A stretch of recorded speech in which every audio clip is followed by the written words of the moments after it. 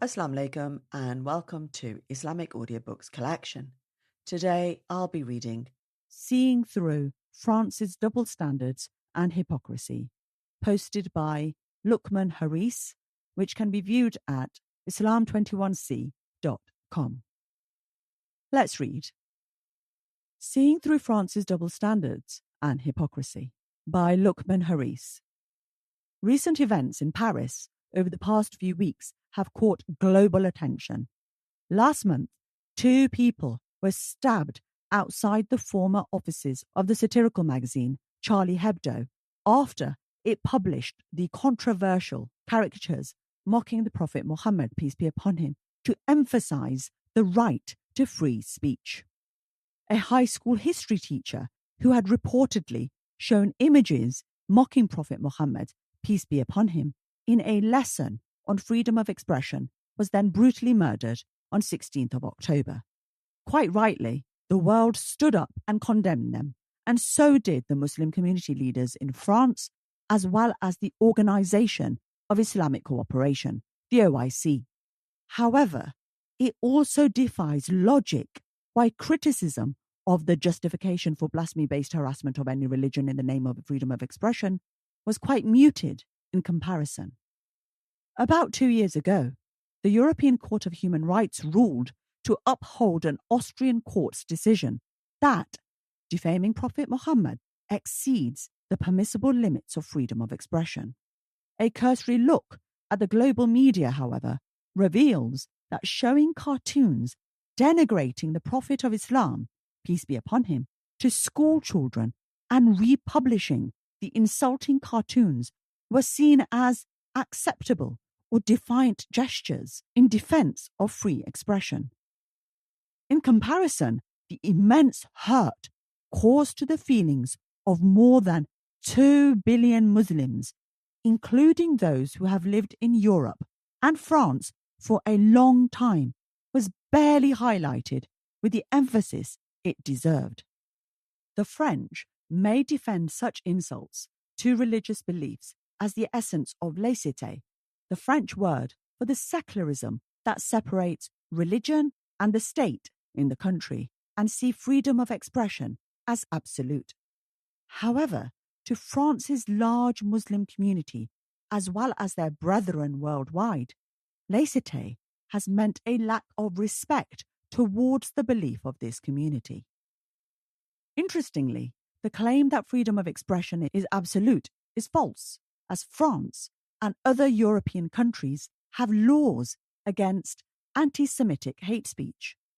On one hand, the Republic prides itself as the nation of Voltaire, with a tradition of trenchant social satire to which Charlie Hebdo clearly sees itself as heir.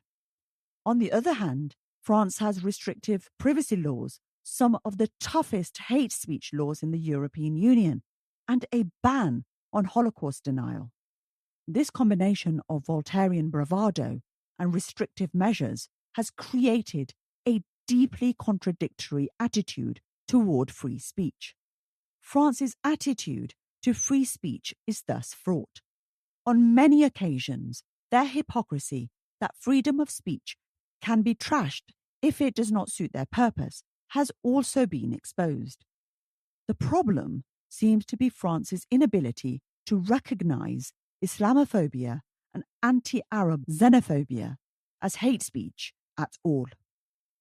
This is hypocritical. France has been jostling between freedom of expression and Islamophobia over the Charlie Hebdo caricatures ever since the magazine printed them in 2006. Interestingly, to the French, the so-called freedom of expression does not appear to apply when the French flag is desecrated or when Turkish President Recep Tayyip Erdoğan apparently questioned President Emmanuel Macron's mental state, prompting the recall of the French ambassador in Turkey. Adding insult to injury, Macron is exploiting the murder of the schoolteacher for political ends by pushing new legislation strengthening the 1905 Act on laïcité, thereby allowing for closer scrutiny of schools and associations exclusively serving religious communities. French police have now started raiding mosques and Islamist groups across the country. Much to the chagrin of the Muslim world, Macron also bellowed that Islam is a religion in crisis all over the world today, and we don't see it only in our country, prompting Muslim leaders like Erdoğan and Imran Khan to condemn these insulting and Islamophobic remarks. A boycott of French goods within Muslim countries is also underway. Islamophobia is nothing new in Europe. Closer home in the UK, Islamophobia has become the new normal. Islamophobia in France, however, is older than these recent events. The European New Right, a movement that repackaged racism as blood and soil ethno-nationalism, originated in France in the 1960s. In recent times, France has been home to some of the most well-known Islamophobic and racist writers. These include Macron's political opponent, Jean-Marie Le Pen of the National Front, now known as the National Rally, and Renaud Camus, whose theory of Great Replacement inspired the Christchurch mosque killer who slaughtered 50 Muslims in cold blood. In 2004, France banned the Islamic headscarf in public institutions. A year after the 2015 attack on the offices of Charlie Hebdo, France also banned the burkini. Even Macron called the 132-year colonization of Algeria as involving crimes and acts of barbarism that today would be acknowledged as crimes against humanity.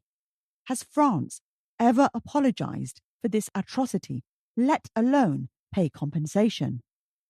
A suggestion made to this effect in 2017 drew a sharp rebuke from Macron's rivals on the political right. France has always wanted those ethnically French to reject their past, including their culture and beliefs, and become secular in the truest sense possible, so as to integrate with mainstream society. For some, however, this only represents a new form of intolerance.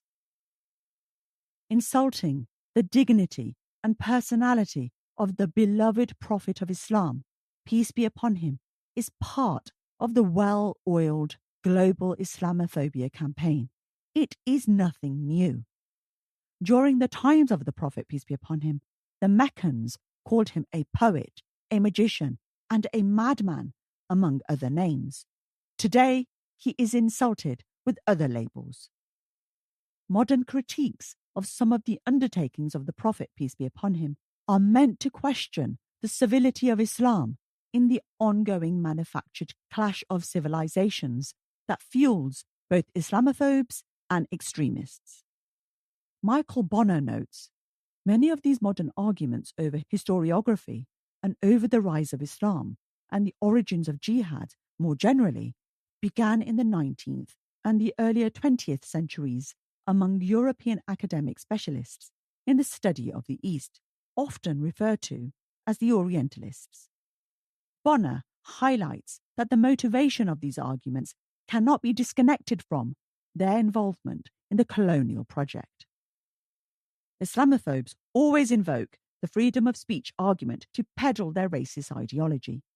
Even before the Charlie Hebdo saga, there was the Danish cartoons row, the Innocence of Muslims film, and the Quran burning frenzy. Yet these were not the only incidents.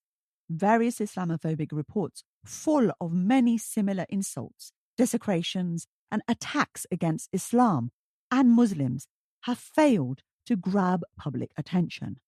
Justifying the maligning of Islam through a defense of the freedom of speech statute is a sophistry that has been adopted by many politicians and is a clear majority in the media these days.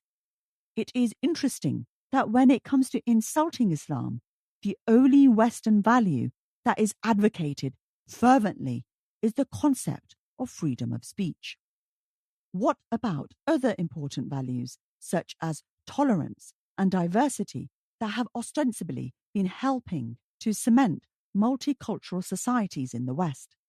Why doesn't anyone remember these values to contain the anti-Islam frenzy that has turned the lives of Muslims who reside in the West into a very bitter experience? These insults harm the universal human values and the high ethical principles of all societies.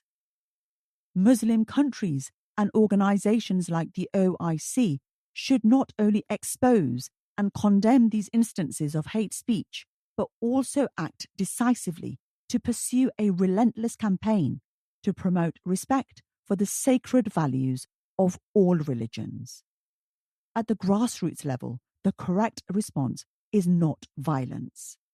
However, when Islam has become an inseparable part of their identity, it is unrealistic to expect the Muslims to remain silent.